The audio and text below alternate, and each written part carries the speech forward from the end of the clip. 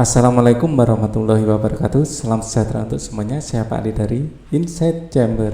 Kita sampai pada pembelajaran 2. Ini adalah halaman 67 ya. Untuk pembahasan yang lain bisa dilihat di kalau ini masakannya. Bisa dilihat di sini ya. Ini adalah playlist ya. Nah, playlist ini adalah tempat yang enak untuk melihat pembahasan Inside Chamber ya. Untuk kelas 5 ini buku tematik secara urut dan runtut. Ya, linknya ada di bawah di kolom deskripsi, atau boleh juga langsung tap di sini ya. Tap di channel, lalu masuk ke dalam channel, terus nama playlistnya adalah kelas 5 buku tematik gitu ya. Oke. Kita akan bahas minggu pagi ya, Siti membantu ibu membersihkan rumah. Siti membersihkan debu yang ada pada barang-barang dalam ruang keluarga dengan hati-hati. Siti membersihkan ruang tamu dibantu adik. Banyak barang dalam ruang keluarga Siti. Ada meja, kursi, televisi, radio, dan komputer. Ya, televisi, radio, komputer sengaja ayah Siti taruh di ruang keluarga. Tujuannya agar semua anggota keluarga bisa berkumpul dalam satu ruangan. Meskipun berbeda-beda aktivitas, saat keluarga Siti membersihkan rumah, mereka kadang-kadang sambil mendengarkan lagu-lagu dari radio. Ruang keluarga Siti ya, di ruang keluarga ya, di ruang keluarga Siti sering ditemani ayah mencari informasi dari internet melalui komputer. Sementara itu, adik didampingi ibu duduk di kursi nonton televisi. Keluarga Siti hidup rukun. Kerukunan keluarga Siti juga tampak saat bekerja sama membersihkan rumah. Lihat ya, adik membersihkan dengan kemucing, Siti juga, ibu menyapu, ayah mengelap ya, sangat rukun ya. Di ruang keluarga Siti ada beberapa alat elektronik. Siti membersihkannya dengan hati-hati. Apa sajakah alat elektronik yang ada di ruang keluarga Siti? Mari kita lihat. Ada televisi ya, bisa kita tuliskan TV. Mana lagi ini? Enggak ada ya. Tapi dari bacaan terlihat di situ ada televisi, radio, dan komputer. Ya, tadi. Ada televisi, radio, dan komputer. Televisi, radio, dan komputer. Hanya saja di gambar yang terlihat ini televisi. Ya, oke. Perhatikan alat-alat elektronik yang ada di ruang keluarga Siti berikut. Yang pertama adalah televisi. Ya, sebagai salah satu media elektronik, televisi mempunyai peranan yang sangat penting dalam kehidupan sosial masyarakat. Televisi berfungsi untuk menghibur, mendidik, dan memberi informasi. Televisi memberikan banyak informasi bagi pemirsa. Salah satu bentuk informasi yang ditayangkan adalah iklan, ya, informasi untuk komersial, ya. Nah, dalam kehidupan sehari-hari, iklan telah menjadi bagian yang tidak dapat dipisahkan dari masyarakat pada umumnya. Oleh karena itu, iklan melalui televisi lebih menarik dan mempunyai pesan yang tinggi. Ya, televisi sebagai media audiovisual, ada suaranya juga ada gambarnya, menayangkan iklan yang dapat dilihat, didengar, dan ditunjang dengan teks sehingga dapat menarik perhatian masyarakat. Radio, sama halnya dengan televisi, radio juga mempunyai fungsi penting bagi masyarakat umum. Fungsi radio yaitu sebagai sarana penerangan, pendidikan, hiburan ya, penerangan, pendidikan, hiburan, dan sarana propaganda. Bukti bahwa radio mempunyai fungsi sebagai propaganda terlihat dengan banyaknya pemasangan iklan yang memilih siaran radio sebagai sarana pemasangan iklannya. Iklan radio berupa kombinasi dari bunyi-bunyi ya atau voice ya, efek suara atau sound effect. Radio juga dapat didengar, tidak dapat dilihat seperti iklan televisi. Oleh karena itu radio dikenal sebagai media audio tanpa adanya visual ya. Komputer ini yang paling komplit sekarang. Televisi, radio ya, seperti televisi dan radio, komputer ya juga sebagai media elektronik. Komputer adalah salah satu alat elektronik yang mampu melakukan beberapa tugas. Komputer mampu menerima input, memproses input sesuai instruksi yang diberikan, menyimpan perintah-perintah dan hasil pengolahannya, serta menyediakan output dalam bentuk informasi. Ketika dihubungkan dengan layanan internet, komputer bisa menjadi sarana promosi dan atau iklan bisnis. Ya, banyak perusahaan besar, pribadi, dan pengusaha menggunakan layanan internet. di komputernya untuk mempromosikan atau mengiklankan produknya. Layanan internet di komputer sebagai sarana promosi atau iklan dapat menjangkau wilayah yang sangat luas dengan biaya ini murah. Ya. Selain komputer juga jangan lupa smartphone. Ya, smartphone ini semakin semakin menggantikan fungsi baik itu laptop maupun radio dan televisi sekaligus ya. Jadi smartphone ini seperti laptop dalam bentuk mini ya. Ya, tentu saja ada kelebihan dan kekurangannya masing-masing. Oke, ini ada kameranya, ada mic-nya komplit ya laptop, dan semakin lama semakin canggih. Ya. Itulah peralatan elektronik yang ada di ruang keluarga Siti. Televisi, radio, dan layanan internet di komputer ternyata mempunyai salah satu fungsi yang sama, yaitu sebagai sarana promosi atau iklan. Oleh karena itu istilah iklan elektronik ya, ada istilah iklan elektronik. Berdasarkan media yang menyajikan iklan elektronik, televisi, radio, dan layanan internet di komputer dapat disebut sebagai unsur iklan elektronik ya. Unsur iklan elektronik. Apa yang lain? Ya ini handphone mungkin lebih banyak digunakan daripada radio, televisi, dan laptop sekarang untuk hari-hari ini ya. Dan ke depan akan semakin lebih banyak. Ya, masih ingatkah kamu dengan pengertian iklan elektronik? Ya, nah, iklan elektronik adalah iklan dengan media elektronik ya, medianya elektronik. Apa yang dimaksud dengan iklan elektronik? Iklan yang ditayangkan ya melalui media elektronik, melalui media elektronik ya, bisa radio, bisa televisi, bisa komputer, dan yang bisa Megatron juga ya, itu iklan elektronik juga, Megatron. Di pinggir-pinggir jalan itu bisa juga. Yang paling banyak dipakai sekarang adalah smartphone ya. Ya, oke. Dalam menyajikan layanan iklan elektronik harus memperhatikan beberapa unsur iklan agar menarik perhatian masyarakat seperti berikut. Berikut secara umum dijelaskan mengenai unsur iklan yang menarik. Yang pertama, perhatian atau attention. Iklan yang baik harus menarik perhatian masyarakat umum. 2, minat atau interest. Setelah mendapatkan perhatian, unsur iklan harus ditingkatkan menjadi minat. Apabila minat sudah ada, maka akan timbul rasa ingin tahu secara rinci dalam diri konsumen. Yang ketiga, keinginan, desire.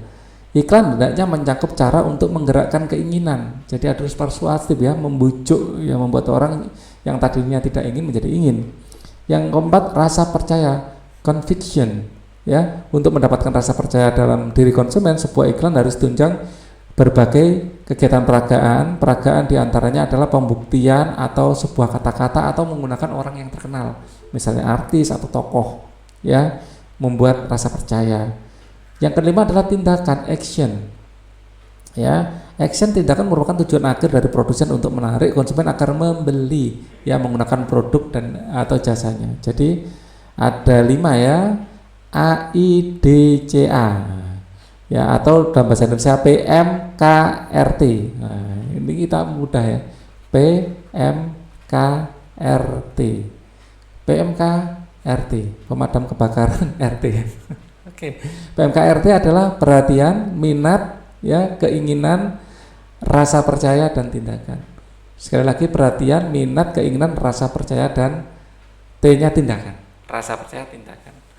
Kita ulangi lagi, perhatian, minat, keinginan, rasa percaya, perhatian.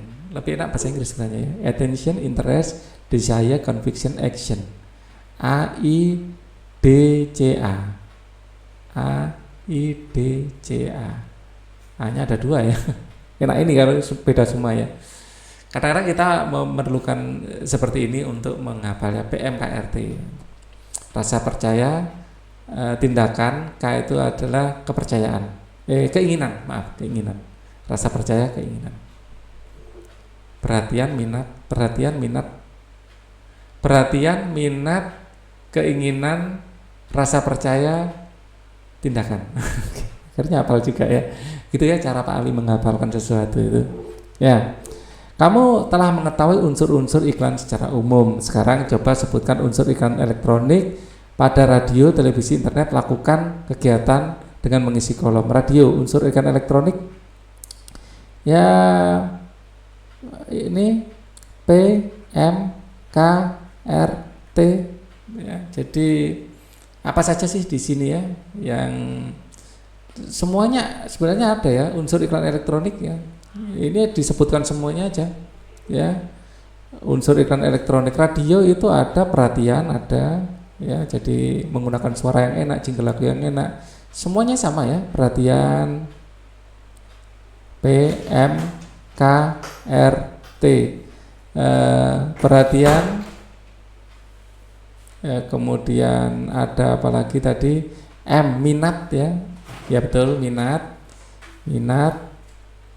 Kemudian keinginan, desire, keinginan. Ya, rasa percaya, semuanya sama rasanya ya. Rasa, percaya, dan tindakan. Ya, ini unsur-unsurnya semuanya sama. Tindakan.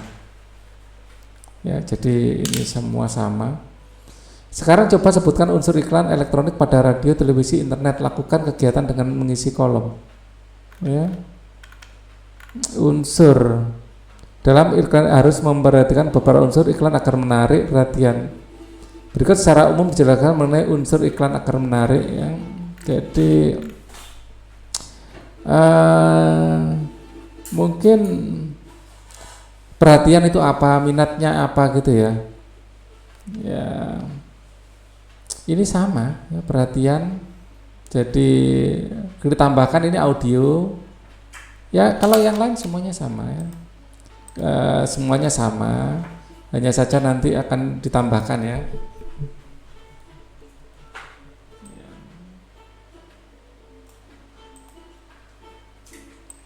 Ini rasanya sama. Hanya saja yang membedakan nanti ya akan kita berikan di kolom terakhir ya. Di sini audio visual, ya, audio visual. Di sini ada audio visual, ya. Terus kemungkinan ada ini apa grafis juga ya, editing. Semua sih visual perlu editing ya. Kalau internet sama dengan televisi, audio visual. Ya, jadi sama. Jadi ada suaranya, ada visualnya. Bedanya kalau di internet ada link ya, link yang langsung bisa dikunjungi. Enaknya kalau internet itu bisa mencari tahu lebih jauh, itu bisa lebih cepat ya. Kalau televisi lewat gitu aja, kalau internet enggak, kita bisa mencari lebih jauh. Beri penilaian terhadap iklan-iklan elektronik pada gambar. Oke, apakah iklan itu sesuai dengan unsur-unsur yang ada? Sertakan pula ulasan penilaianmu terhadap iklan tersebut. Kaitkan ulasanmu dengan unsur-unsur iklan elektronik. Oke, jadi ada 7 perhatian. Di sini iklannya adalah iklan ini ya, iklan kue yang dimakan dengan dicelupkan ke susu dulu. Jadi ini secara visual bagus ya, penilaian iklan bagus ya. Secara perhatian, menarik perhatian ya, karena di kedua artis tersebut, kedua iklan ini menarik perhatian karena gambarnya membuat kita itu menimbulkan rasa ingin tahu ya. Perhatian menimbulkan rasa ingin tahu, menggerakkan hati untuk ingin mencoba ya. Nah, ini alasan ya, lebih pada alasan. Intinya penilaiannya iklan tersebut bagus ya. Oke, nanti penilaiannya di situ. Iklan menarik, bagus, penilaiannya bagus. Iklan bagus ya, karena ini alasannya menarik perhatian, perhatian, ya, menimbulkan rasa ingin tahu, kan rasa ingin tahu, ya, menggerakkan hati untuk ingin mencoba, nah, hati ingin mencoba, ya, kemudian ya membuat orang ingin beli, ya, membuat orang ingin beli. Nah, tapi sayang kalau ini iklannya nggak dijelaskan ini iklan apa ya, TV atau iklan di sini tidak diberikan apa teks, ya, tidak diberikan teks. Ini ulasan menarik perhatian, iklan bagus, tapi kurang begitu jelas, ya, iklan bagus namun ya kurang lengkap. Kenapa kurang lengkap? Di iklan tersebut tidak diikuti nama produk, tidak diikuti teks, ya. Yang kurang ini kelebihan, ya, kelebihan. Ya, kalau kekurangan, ya, kekurangan iklan tersebut, ya, tidak tertera produknya apa. Pada iklan tidak disebutkan produk apa. Iklan tidak disebutkan nama produk, ya, nama produknya apa, terus kelebihannya apa, ya, hanya menunjukkan rasa ingin tahu, ingin membeli, ingin mencoba, tapi itu apa produknya nggak jelas, ya. Ya, mungkin ada di sini tapi kecil, ya, jadi kurang di zoom di sini. Kelebihannya apa, ya, tidak disebutkan nama produk apa, kelebihannya apa, di situ tidak ada, ya. Apa kurang adanya teks, ya, seharusnya ada teks yang ditampilkan, tagline tidak ada, ya, tidak ada, ya, jadi ini bagus namun kurangnya itu, jadi ada kurangnya juga. Masih ada lagi, ya. Di sini ini yang komplit, ya, jadi minum lo, ya, di sini nama produk ada, ya. Kalau sebelumnya kan cuma susu aja, ya, ini ada produknya minum lo, nama produk ada. Iklan menarik, ya, di sini mungkin, ya, lihat iklan menarik dan bagus, ya, bagus. Namun apa ini yang masih kurang? Ini sudah bagus, ya, bagus. Iklan seperti ini kayak minum lo dan lain-lain ini tidak perlu ada tokonya di mana-mana ada memang, ya. Ini iklan untuk umum, tidak perlu juga dikasih nomor telepon, tidak perlu.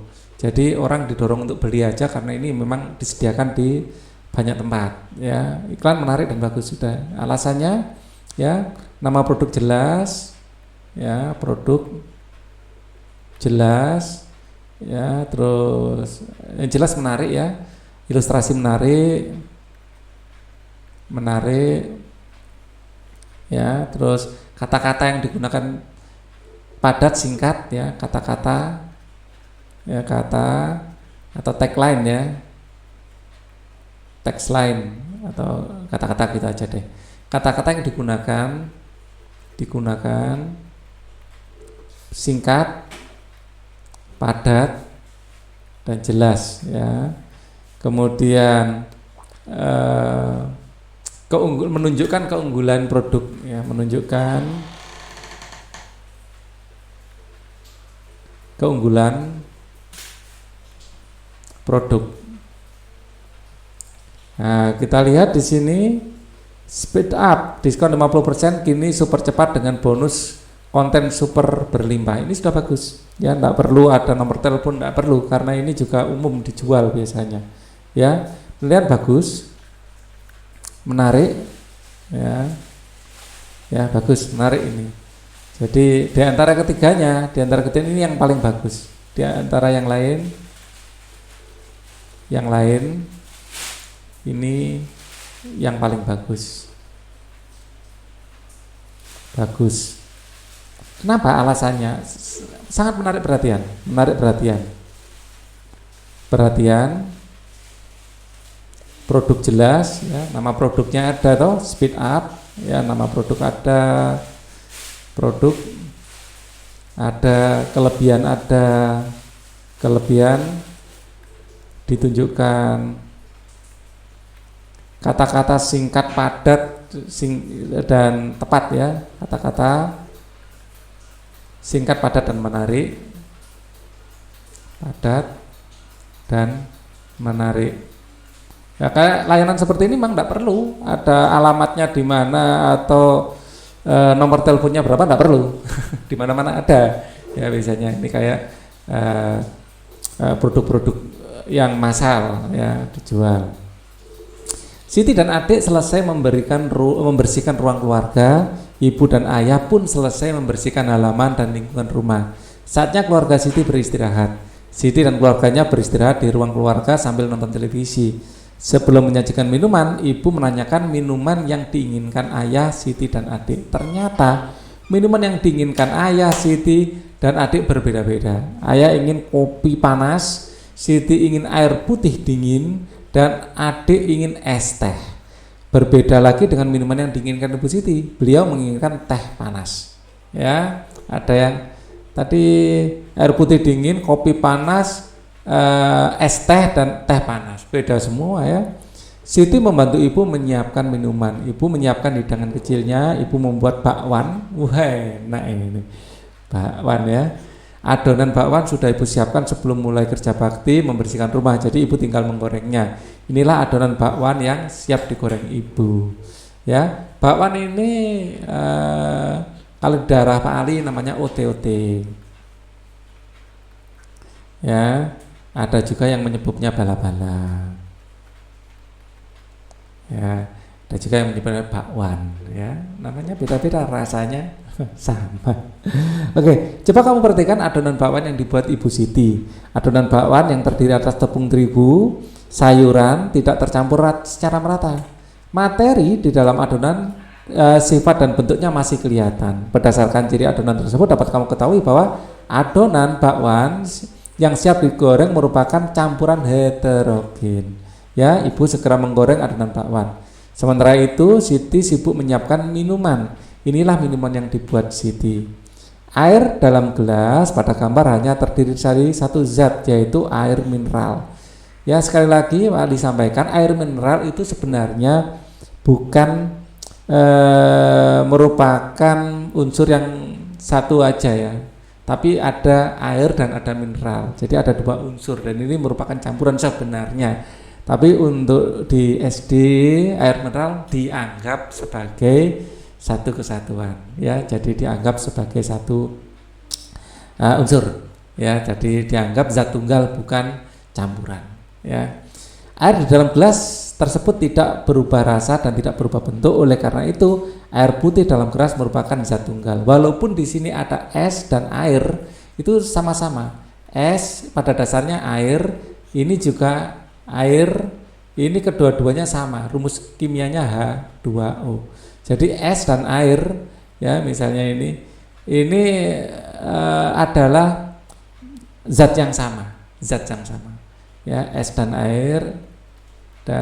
air, ya, adalah zat yang sama. Ya, kemudian kalau segelas es teh, nah, es teh yang dibuat Siti merupakan zat campuran heterogen, es teh, ya. Nah, contoh campuran heterogen adalah es teh adalah teh dengan air. Setelah itu ada perasan jeruk nipis dan es. Ya, heterogen itu adalah partikel-partikel tehnya di sini, ya. Jadi kalau yang terlarut tehnya sebenarnya mungkin dengan air, ya. Tapi ininya ampas tehnya ini yang bikin dia heterogen, ya. Kan ada ampasnya.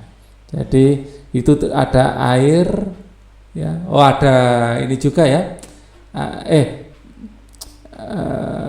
Heterogen, ya. Heterogen itu gara-gara ada ampas tehnya, ya. Ini air dan gula ini sebenarnya homogen, tapi gara-gara ada ampas teh jadinya heterogen, ya. Jadi ampas tehnya yang bikin heterogen. termasuk bungkusnya ini, ya, bungkus celupnya itu. Nah, segelas kopi yang dibuat Siti pada gambar merupakan perpaduan 3 materi, yaitu air, gula putih ini homogen, ya homogen sebenarnya, homogen, ya, dan bubuk kopi. Nah, bubuk kopi. Perhatikan pada adonan kopi tersebut, dalam dasar gelas tampak adanya endapan atau ampasnya, ya, yang tidak larut sempurna dengan air dan gula. Berdasarkan ciri adonan kopi tersebut dapat kamu pahami bahwa air kopi termasuk zat campuran heterogen. Ya, ini yang bikin heterogen. Ya, oke. Air dan gula putihnya ini sebenarnya homogen. Ya, segelas teh manis yang dibuat Siti pada gambar merupakan perpaduan 3 materi, yaitu air, teh, dan gula putih. Perpaduan air, gula, dan teh pada gambar tampak bercampur merata atau sempurna. Air, teh, gula putih tidak memisah. Berdasarkan ciri teh manis tersebut dapat kamu pahami bahwa teh manis termasuk campuran homogen. Ya, nah ini sama-sama teh lah. Ini kok heterogen kenapa?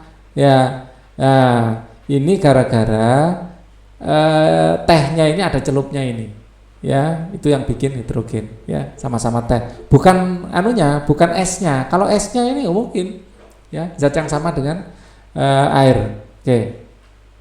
Kamu telah mengetahui beberapa contoh zat pada materi. Sekarang diskusikan dengan teman satu kelompokmu untuk mencari contoh lain materi yang termasuk zat tunggal, zat campuran homogen, dan zat heterogen. Berikan alasan mengapa materi tersebut sebagai zat tunggal, zat campuran homogen, atau zat campuran heterogen.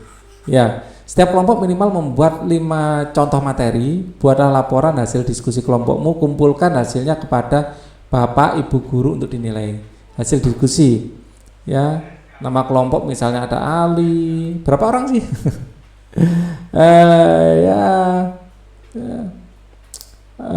Di sini contoh diskusikan dengan teman satu kelompokmu, ya mungkin anggap saja beberapa lah ya. Ali, ada Budi, ya, ada Chandra, ya, ada A, B, C, D sama Doni, ya, atau Dodi, terserah.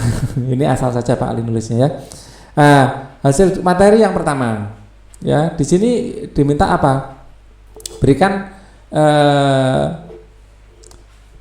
untuk mencari contoh materi lain yang termasuk zat tunggal, zat campuran homogen, dan zat campuran heterogen. Kita mulai dari zat tunggal, ya. Misalnya zat tunggal kita bikin, jangan air ya, emas 24 karat atau besi. Nah, besi aja ya, besi.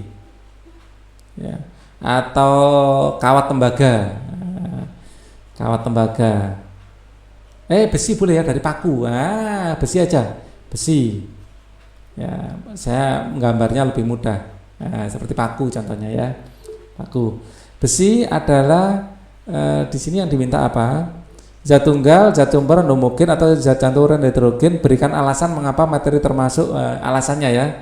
Ini adalah besi adalah zat tunggal karena besi, ya, dalam contoh hal ini adalah paku, ya, ya, tidak memiliki campuran lain, tidak bercampur, ya,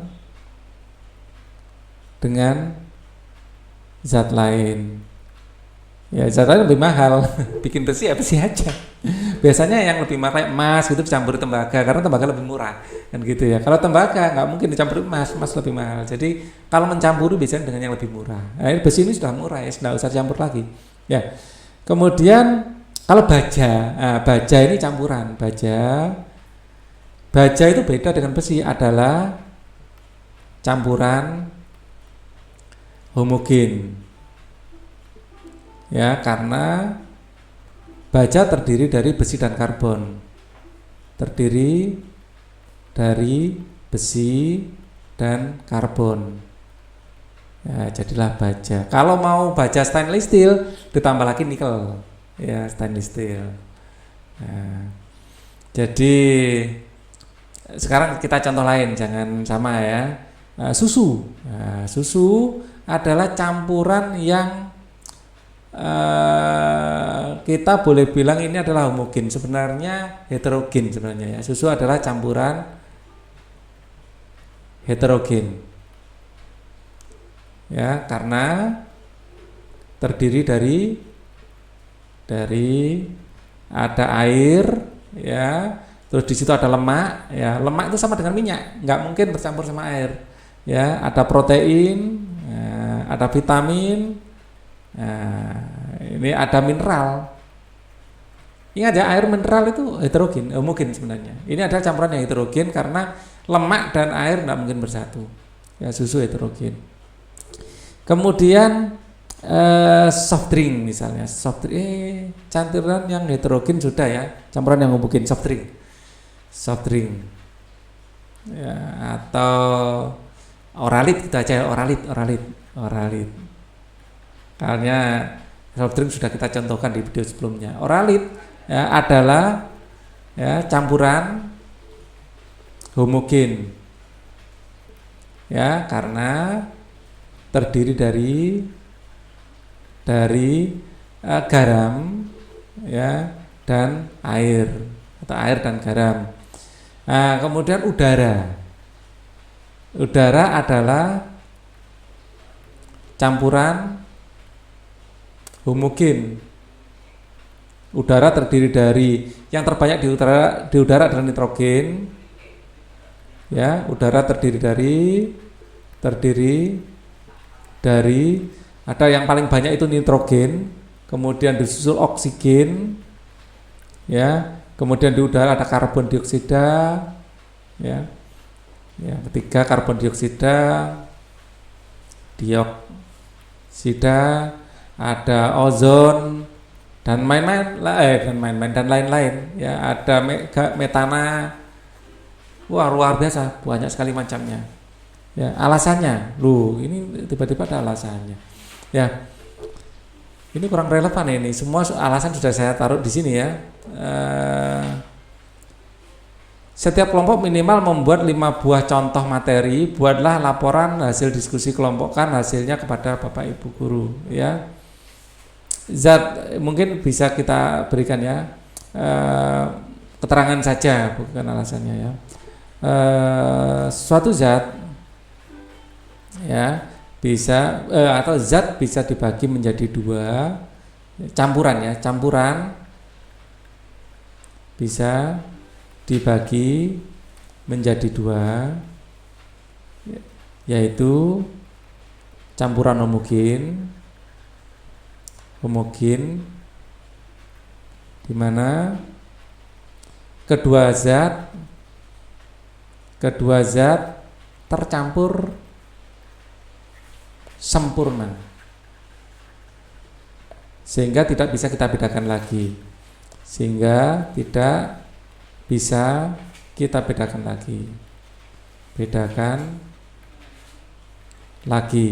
Sedangkan campuran heterogen ya, tambahkan ya, sedangkan campuran heterogen adalah campuran 2 zat yang tidak tercampur sempurna. 2 zat yang tidak tercampur sempurna. Oke. Siti dan Ibu selesai bersamaan. Siti dan Ibu membawa air dan hidangannya ke ruang tamu, sementara itu ayah dan adik Siti sedang menonton pertunjukan tari di televisi. Ya, Siti tertarik pada tarian yang ditampilkan penari di televisi. Setiap tarian menampilkan berbagai variasi pola lantai. Ingatkah kalian yang dimaksud dengan pola lantai? Ya, nah, pola lantai adalah garis imajiner, ya, garis imajiner. Pakai J aja, imajiner yang dibentuk oleh penari di atas panggung. Ya, di sini garisnya bisa kita lihat seperti ini ya. Nah, ini garisnya melingkar, ya seperti itu. Gambar 1 menunjukkan pola lantai yang dilalui oleh seorang penari.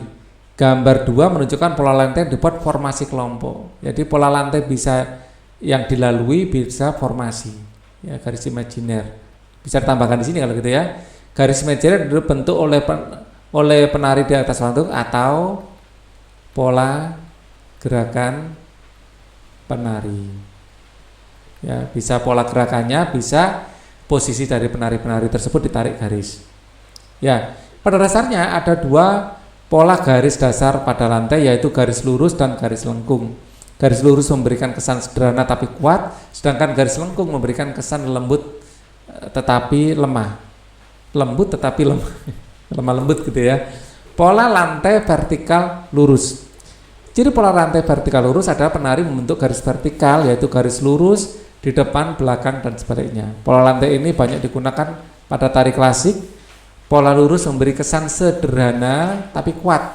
Berikut gambar pola lantai vertikal. Ya, di sini ada pola lantai diagonal miring, ya, miring. Ya, pada pola lantai diagonal penari berbaris membentuk garis menyudut ke kanan atau ke kiri. Berikut gambar pola lantai diagonal. Terus ada pola lantai garis melengkung. Pada pola lantai garis melengkung, penari membentuk garis lingkaran. Pada pola lantai ada pola lantai relung luar, ada pola lantai angka 8 seperti ini ya. Jadi pola lantai angka 8 seperti ini. Ya, berikut contoh berikut contoh pola lantai garis melengkung, ya, seperti ini. Bentuklah kelompok yang terdiri dari 5 anak. Buatlah 5 contoh bentuk pola lantai yang ditulis atau digambar pada selembar kertas. Dari bentuk pola lantai yang kalian buat tersebut, coba peragakan di depan guru dan kelompok lain. Diperagakan saja, ya, berdirinya. Siti mengangguk-angguk setelah mendengarkan penjelasan dari ayahnya. Tidak lupa Siti berterima kasih pada ayahnya. Ibu mengajak ayah, Siti dan adik menikmati hidangan kembali sambil menonton acara televisi selanjutnya. Tarian adalah merupakan kekayaan khasanah budaya bangsa. Sudah seharusnya kita peduli terhadap tarian daerah. Bentuk kepedulian terhadap tarian daerah dapat kamu tunjukkan dengan cara menyaksikan tarian daerah, mengamati gerakan pola lantai tarian daerah, dan belajar tarian daerah. Siapa lagi yang akan peduli pada kebudayaan negeri sendiri jika bukan kita, ya kan? Coba kamu renungkan, jika warga negara Indonesia tidak ada yang mengenal tari-tarian daerah sendiri, apa yang terjadi? Ya, bisa punah tari-tarian itu. Ya, tentu saja kita akan malu jika tidak mengenal tari daerah Indonesia. Justru orang asing yang mempelajari dan pandai menarikannya. Ya, seperti banyak ya. Orang di Australia ada kelas untuk nari kecak misalnya. Kalau kita nggak bisa menari kecak, gimana? Malah orang Australia yang bisa. Artinya mereka saja tertarik, mengapa kita tidak tertarik dengan tarian Indonesia, kan aneh ya. Mari kita hargai budaya kita. Alangkah bagusnya jika kelasmu banyak yang menguasai berbagai tari daerah. Kita akan bangga, bukan? Mari kita pelihara budaya bangsa Indonesia. Ayo berlatih. Kamu telah mengetahui pengertian pola lantai daerah. Sekarang coba kamu cari contoh gerakan tari daerah dari internet atau dari kaset video. Ya, tarian daerah. Mintalah bapak, ibu, saudara untuk mendampingimu saat mengamati gerak tari daerah tersebut. Tuliskan tarian yang kamu amati dan pola lantai tariannya. Lakukan kegiatan secara berkelompok, ya kan? Ayo renungkan. Apa yang sudah kamu pelajari hari ini? Apakah kamu sudah memahami semua kegiatan yang kamu lakukan hari ini? Adakah yang ingin kamu tanyakan kepada teman, bapak, ibu guru terkait dengan materi yang kamu pelajari? Ayo bertanyalah, ya, kepada orang tuamu, pada guru. Semua demi kemajuan. Kualitas seorang anak ditentukan dari kualitas pertanyaannya. Ingat itu. Kerjasama dengan orang tua. Bertanyalah kepada orang tuamu, apakah waktu kecil mereka suka menari atau melihat pertunjukan karya tari? Kalau Pak Ali pernah menari, ya. Apakah tarian yang mereka lakukan juga menggunakan pola lantai? Ya, seingat saya ada dulu. Pak Ali dulu pernah menari tari jaranan. Tanyakan pola lantai yang mereka peragakan atau mereka lihat, tulislah pada lembar kertas lalu kumpulkan pada gurumu. Ya, untuk pembelajaran berikutnya akan kita pelajari di video berikutnya ya. Kita nanti akan belajar pembelajaran 3. Thank you for watching. Wassalamualaikum warahmatullahi wabarakatuh.